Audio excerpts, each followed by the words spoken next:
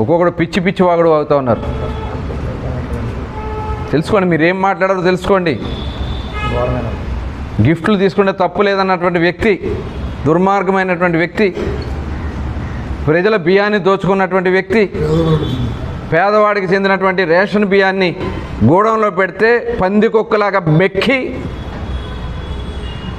చివరికి వాళ్ళ భార్యల పేరు మీద ఉన్నటువంటి సంస్థల్లో కూడా సిగ్గు లేకుండా చేసినటువంటి వ్యక్తులు వాళ్ళు.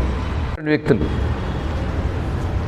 మీరు పాలేరికం చేస్తారేమో, మాది ప్రజాస్వామ్యం. తెలుగుదేశం పార్టీలో ప్రతి ఒక్కరిని గౌరవిస్తారు చంద్రబాబు నాయుడు గారు, మా నాయకత్వం లోకేష్ గారు. కానీ ఇవాళ కూటమి ప్రజా సమస్యల కోసం, ప్రజలు పడుతున్న ఇబ్బందుల గురించి ఇచ్చినటువంటి హామీలన్నీ కూడా నిలబెట్టుకోవడానికి ఇవాళ అన్నీ కూడా ప్రజాస్వామ్యబద్ధంగా కేంద్రంతో కూడా సమన్వయంతో ఇవాళ అన్నీ కూడా సాధించుకుంటూ అభివృద్ధిలో ముందుకెళ్తూ ఉంటే, ఇవన్నీ కూడా చూసి తట్టుకోలేక మీ చేసిన పాపాలు బయటపడతా ఉంటే ఇవాళ పిచ్చి పిచ్చి వాగుడు వాగుతూ ఉన్నారు.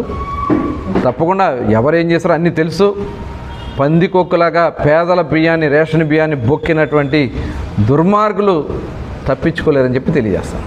వర్గంలో మీ వాళ్ళు పెట్టుకున్నారు షాపులు. నేనేమి ఆ రోజు బ్రాందీ షాపులు మేము చాలా పారదర్శకంగా ఈ రాష్ట్రంలో డ్రా సిస్టంలో తీసాం. మీకులాగా దుర్మార్గం మేము చేయలే. ఇవాళ రండి, మీరు ఎక్కడ నుండి షాప్ చూపించండి. బెల్ట్ షాపులు ఉంటే మీరు నడిపించుకున్నారు బెల్ట్ షాపులు. ఆ బెల్ట్ షాపుల ద్వారా అక్రమ మద్యాన్ని ఆ బెల్ట్ షాపుల ద్వారా మీరు అమ్మారు. నాన్ డ్యూటీ పెయిడ్ లిక్కర్ అమ్మారు. షాపుల్లో రానివ్వకుండా, అన్ని బ్రాండ్స్ రానివ్వకుండా చేసింది వాళ్ళు. దోచుకుని వాళ్ళు మీరు మాట్లాడుతూ ఉన్నారే సిగ్గు లేకుండా. ఎవరైనా సరే, అది ఎంతటి వాళ్ళైనా సరే మీరు చూపించండి. ఖచ్చితంగా ఎవరైనా సరే దాన్ని వదిలిపెట్టే సమస్య లేదు.